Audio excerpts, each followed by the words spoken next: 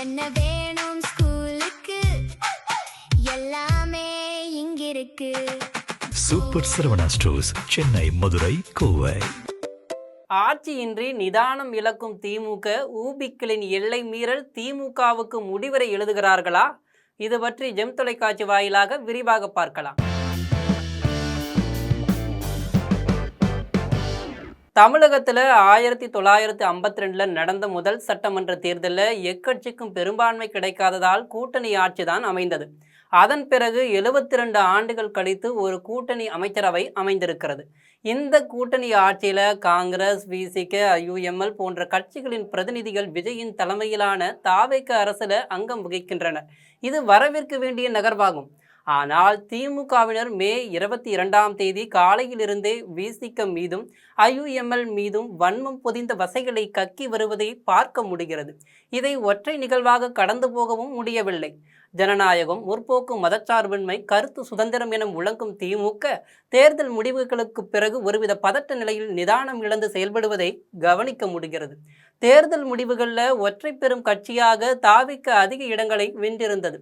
திமுக, அதிமுக, பாஜகவை தவிர மற்ற அனைத்து கட்சிகளுமே விஜய் ஆட்சி அமைப்பதுதான் மக்களின் முடிவுக்கு அளிக்கும் மரியாதை, அதுதான் ஜனநாயகம் என பேசினர். ஆனால் மக்களின் முடிவுக்கு எதிராக, தமிழகத்தின் இத்தனை ஆண்டு கால அரசியலுக்கு எதிராக பாஜகவின் உதவியுடன் அதிமுகவுடன் கூட்டணி வைக்க துணிந்தது திமுக.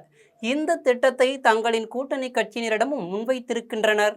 பே. சண்முகம், மு. வீரபாண்டியன், திருமாவளவன் கட்சிக்குள்ளிருந்து கனிமொழி ஆகியோர் இந்த திட்டத்துக்கு எதிராக நின்றனர். விசிகாவினரும் கம்யூனிஸ்டுகளும் திமுக முன்வைத்த திட்டத்தை பொதுவெளியில் அம்பலப்படுத்தவும் செய்தனர். 75 ஆண்டுகளை நிறைவு செய்து நூற்றாண்டை நோக்கி நகர்ந்து கொண்டிருக்கும் ஒரு கட்சி, மாநில சுயாட்சி, சுயமரியாதை, கருத்துரிமை பேசி வளர்ந்த கட்சி இத்தனை தாழ்வான நிலைக்கு சென்று யோசிக்க அதிகார வெறியை தவிர வேறென்ன காரணமாக இருக்க முடியும்? 2017 ஜே இறப்புக்கு பிறகு தமிழக அரசியலில் அத்தனை குழப்பங்கள். திமுக நினைத்திருந்தால் அப்போது ஆட்சியை வசப்படுத்த பெரும் முயற்சியை செய்து பார்த்திருக்க முடியும். ஆனால் ஸ்டாலின் அதை செய்யவில்லை. கண்ணியமான எதிர்க்கட்சியாக மக்களின் பக்கம் நின்றார். மக்களின் பிரச்சனைகளுக்காக ஒட்டுமொத்த கட்சியையும் களத்தில் இறக்கி போராடினார். விளைவு 2021 மக்கள் திமுகவை ஆட்சி கட்டிலில் ஏற்றினர். ஸ்டாலினை முதல்வராக்கினர். அதே மக்கள்தான் இப்போது திமுக ஆட்சியை தூக்கி எறிந்திருக்கின்றனர். வேறொரு கட்சி ஆட்சியை நோக்கி நகர்ந்து இருக்கின்றனர் எனில் இந்த முடிவையும் முழு மனதோடு ஏற்றுக்கொண்டிருக்க வேண்டுமல்லவா? மக்களின் முடிவுக்கு மாறாக ஒரு ஆட்சியை அமைத்து எத்தனை நாளுக்கு நிம்மதியாக அரசை ஓட்டிவிட முடியும்? மக்கள் எல்லாவற்றையும் பார்த்து கொண்டுதானே இருக்கிறார்கள். அடுத்த ஒரே தேர்தல் வராதா? இந்த யோசனையெல்லாம் திமுக என்கிற பேர் இயக்கத்தின் மையப்புள்ளிகளுக்கு எப்படி இல்லாமல் போனது? எல்லா கலேபரங்களும் முடிந்து ஒரு புதிய அரசு ஆட்சி அமைக்கிறது. புதிய அரசு மட்டுமில்லை, இது சட்டமன்றத்தில் நுழைந்திருக்கும் பெரும்பாலானோர் புதியவர்கள். அவர்கள் கொஞ்சம் ஆசுவாசமாகி செயல்பட இடம் கொடுக்க வேண்டும் இல்லையா? அதற்குள்ளாகவே சட்டமன்றத்தில் 10 நாட்களில் இந்த அரசு மக்களின் நம்பிக்கையை இழந்துவிட்டது என பேசுவதில் எந்தவித அடிப்படை அறமும் இல்லையே. மேலும் இந்த அரசு அமைய ஆதரவு தெரிவித்திருக்கும் கட்சிகள் மீதும் அத்தனை வசைகள். ஆட்சியிலும் பங்கு, அதிகாரத்திலும் பங்கு என்பது இங்கே ஒரு கம்யூனிஸ்டுகளை தவிர்த்து அத்தனை கட்சியினருடைய மனதிலும் இருக்கும் பெரும் விருப்பம். அதற்கான சூழல் அமையும் போது மக்களின் முடிவை மதித்து தனிப்பெரும் கட்சியாக வந்து நிற்கும் ஒரு கட்சியை ஆதரித்து அரசியலிலும் பங்கெடுத்திருக்கின்றனர். இதில் என்ன தவறு இருக்க முடியும்? திமுக எத்தனையோ முறை மத்தியில் ஆளும் கட்சிகளுடன் கூட்டணி வைத்து ஆட்சியில் பங்கை பெற்றிருக்கிறதே. அதே விஷயம் மாநிலத்துக்குள் என வரும்போது மட்டும் எதிர்ப்பது ஏன்?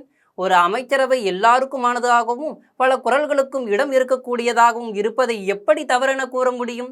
பட்டியலினத்தவர்கள் உரிமைகளுக்காக காலம் காலமாக போராடி நீண்ட நெடும் பயணத்துக்கு பிறகு அதிகாரத்தை நோக்கி நகர்ந்திருக்கும் விசிகாவை ஏன் இத்தனை கடுமையாக விமர்சிக்க வேண்டும்?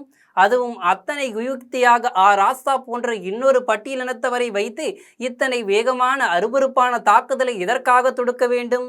சொல்ல போனால் அதிகாரம் கிடைக்கப்பெறாத மக்களுக்கு தொடங்கப்பட்டு அவர்களுக்கான உரிமையை பேசிய திமுக இந்த நகர்வை மௌனமாக வரவேற்றிருக்க வேண்டும். ஏனெனில் விசிக, ஐயுஎம்எல், கம்யூனிஸ்டுகள் ஆகியோர் திமுகவை அத்தனை தன்மையோடு அணுகுகின்றனர். தாவேக ஆதரவு நிலைப்பாட்டையும் பெரிய மனதோடு ஸ்டாலினிடம் தனிப்பட்ட முறையில் பகிர்ந்திருக்கிறார்கள்.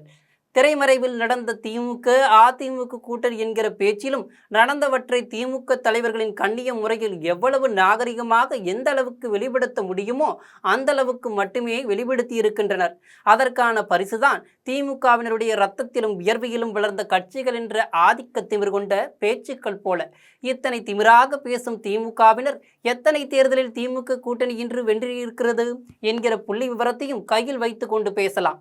வட மாவட்டங்களில் உள்ள பட்டியலின மக்களின் வாக்குகள் விசிக இல்லாமல் திமுகவை நோக்கி நகர்ந்திருக்குமா? உழைக்கும் மக்களின் வாக்குகள் கம்யூனிஸ்டுகள் இல்லாமல் திமுகவை நோக்கி நகர்ந்திருக்குமா? காங்கிரஸ் இல்லாமல் சிறுபான்மையினரின் நம்பிக்கையை முழுமையாக பெற்றிருக்க முடியுமா எனும் கேள்விகளை மனசாட்சி உள்ள உடன்பிறப்புகள் தங்களை நோக்கியே கேட்டுக்கொள்ள வேண்டும்.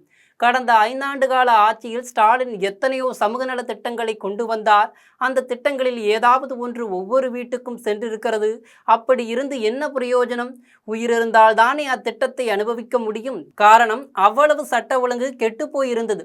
அதோடு சிறுமி முதல் முதியோர் வரைக்கும் உயிர் பாதுகாப்பு இல்லை. இதை கோட்டை விட்டு இவ்வளவு திட்டங்களை கொண்டு வந்து செயல்படுத்திய என்னையே தோற்கடித்து விட்டனரே என எண்ணி ஸ்டாலின் மனக்கவலையில் உழன்று கொண்டிருக்கிறார்.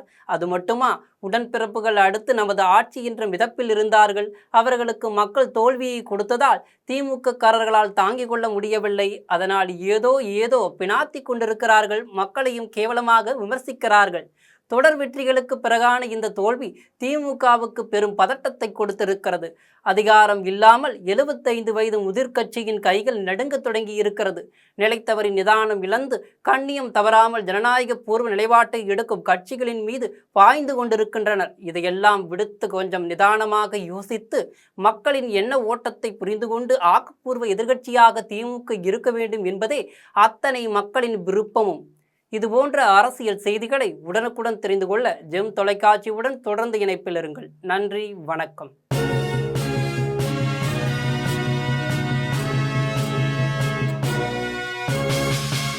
என்ன வேணும் ஸ்கூலுக்கு?